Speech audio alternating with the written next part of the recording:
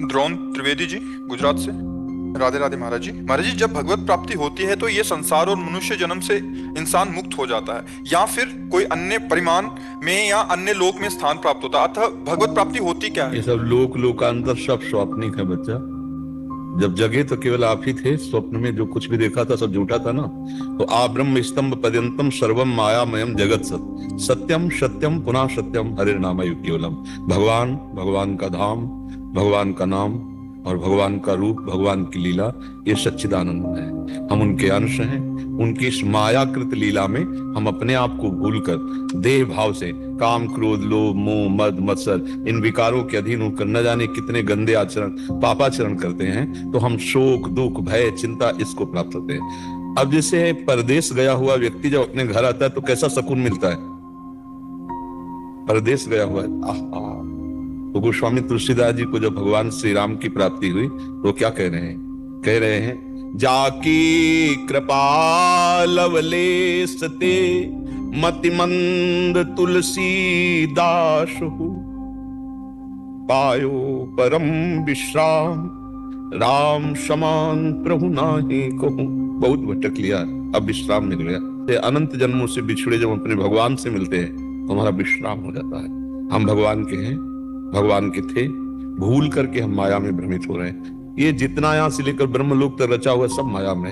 वो भगवत प्राप्ति क्या होती है, भगवान का मिलन कैसा होता है, ये तो जाने मोरी छाती मीरा जी कहती है। मैं कैसे बताऊं, क्योंकि अनिर्वचनीयम प्रेम स्वरूपम, वो अनिर्वचनीय। ज्ञान बघारना, प्रवचन करना ऐसा हो सकता है, लेकिन प्रीति, जब प्रीति हृदय से अपने प्रीतम से होती है, प्रभु से होती है, कि जिससे प्यार, उसकी बात सुनकर, उसके जनों से मिलकर, उसके मिलने की जब चाह हुई और जब वो मिलता है तब कैसा लगता है, ये तो वही जानता है जिसको जिससे प्यार है थोड़ा भी।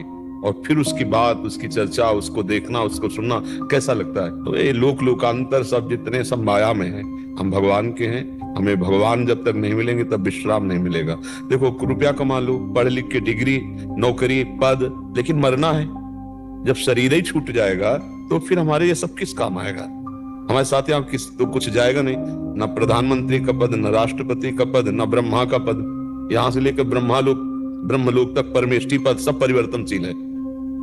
अलग अलग तपस्वी जाकर के ब्रह्मा बनते हैं, अलग अलग देवराजेंद्र बनते हैं। ये कब तक हम भोगते रहेंगे माया का नाटक? हम अपने घर जाना चाहते हैं, प्रभु से मिलना चाहते हैं। देखो माया कैसा खेल, प्रभु पराये लग रहे और संसार अपना लग रहा है। ये संसार सत्य लग रहा है। पर इसी बात को मिटाने के लिए अध्यात्म है। जब हम अध्यात्म मार्ग में चलते हैं, भजन करते हैं, तो हमारा हृदय बड़ा लुजलुजा हो जाता है, प्रेमी हो जाता है। वही हृदय जब भगवान की तरफ जाता है तो उनकी कथा सुनकर, उनकी बात सुनकर, उनकी कृपा सुनकर हमारा हृदय समर्पित हो जाता है। जहां समर्पित हुआ तहां मायामल का नाश हुआ।